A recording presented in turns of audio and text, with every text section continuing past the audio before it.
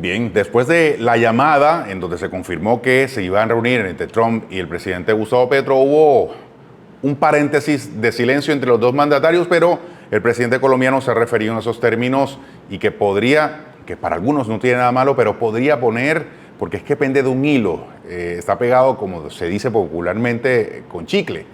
Entonces, hay o genera preocupación. Pero, ¿cómo podría esto afectar, o si no? ¿Y cuál sería el plan o la conversación, los temas que debería llevar el presidente Gustavo Petro a esa esperada reunión con el mandatario estadounidense?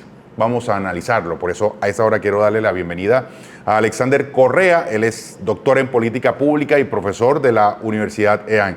Profesor Correa, bienvenido, buenas tardes, ¿cómo está?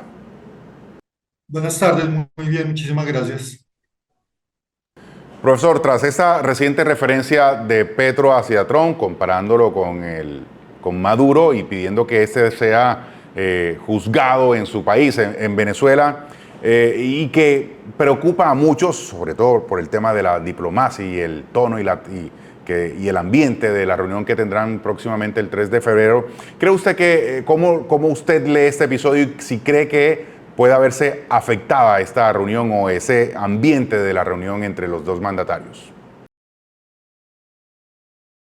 Pues particularmente la reunión es positiva, porque eso destraba varias situaciones que estaban como complicadas entre los dos gobiernos. El tema es que lo están llevando a lo personal, o sea, deja de ser una reunión de Estado y lo llevan a lo personal, al agravio bilateral de tanto el presidente Petro hacia el presidente Trump y el presidente Trump hacia el presidente Petro. Hay una cosa que puede ser cierta y es que al presidente Trump le informan las cosas, entonces él habla lo que los asesores o los secretarios le informan. Entonces, muy seguramente después de la caída del presidente Maduro, hubo un periodo de distensionar las relaciones y por eso la invitación del presidente Trump al presidente Petro a viajar a la Casa Blanca.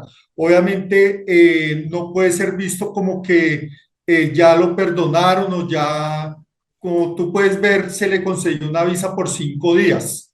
¿Listo? Entonces, muy seguramente toca estar a la expectativa qué puntos importantes salen de la reunión. Profesor Correa, dijo el presidente Petro que esa reunión con Trump será de tú a tú. ¿Será así en la práctica? No, yo no creo.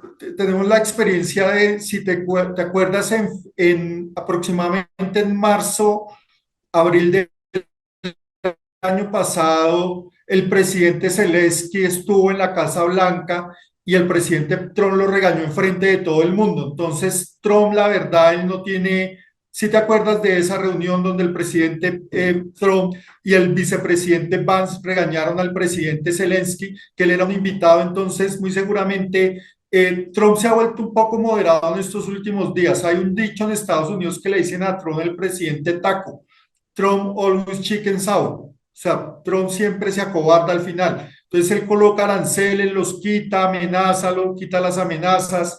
En Minneapolis vimos que ya dijo que muy seguramente podía retirar al ICE del... Entonces él también se ha dado cuenta que el impacto que él tiene sobre la política es importante y puede tener un tono más conciliador o más pacífico. Entonces, a menos que el presidente Petro ayer estaba hablando que Trump y Maduro eran lo mismo, que solo se preocupaban por el petróleo, que solo no les importaba la crisis climática, entonces muy seguramente va a depender de qué tanto el presidente Petro se dé por hablar estos días, pero en un principio yo pensaría que puede ser una conversación muy amigable y de llegar a puntos sensibles como el tema del narcotráfico. Y justamente, profesor, sobre eso quería preguntarle, ¿cuáles son los temas prioritarios que debe llevar el presidente Petro a ese encuentro con Trump? Yo creo que tiene que llevar un plan muy estratégico y muy claro y muy ordenado hacia el futuro de cuáles son los temas que él va a tratar en tema del narcotráfico. Estamos viendo que Ecuador le está colocando aranceles a Colombia según el argumento del presidente Noboa de Ecuador, porque la política antidrogas en la frontera ha sido pobre.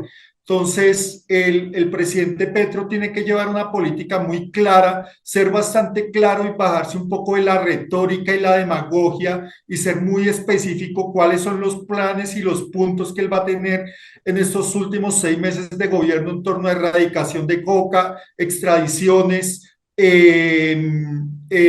incautación de coca y lucha antimafia y extradiciones que él pueda tener hacia los Estados Unidos. Estamos viendo hoy en las noticias, por ejemplo, salió que se aprobó la extradición de Pipe Tuluá. Entonces eso puede ser un punto bueno porque eso puede demostrar el compromiso que tiene el gobierno del presidente Petro hacia la lucha. Estamos viendo que estos dos presidentes son muy personalistas. Ellos no hablan tanto del gobierno que ellos representan, sino de yo como persona y yo que estoy acá. Entonces son dos personalidades que pueden ser muy similares y en un principio podrían chocar. Pero si el presidente Petro es estratégico y lleva esos puntos, creo que puede ser una charla muy productiva. Y para finalizar, ¿cuál podría ser el rol de Colombia y del gobierno colombiano en cabeza del presidente Gustavo Petro sobre el plan que tiene Estados Unidos en Venezuela? No, con respecto al futuro de Venezuela, por ejemplo, el presidente Petro decía ayer que el presidente Maduro debería ser juzgado en Venezuela.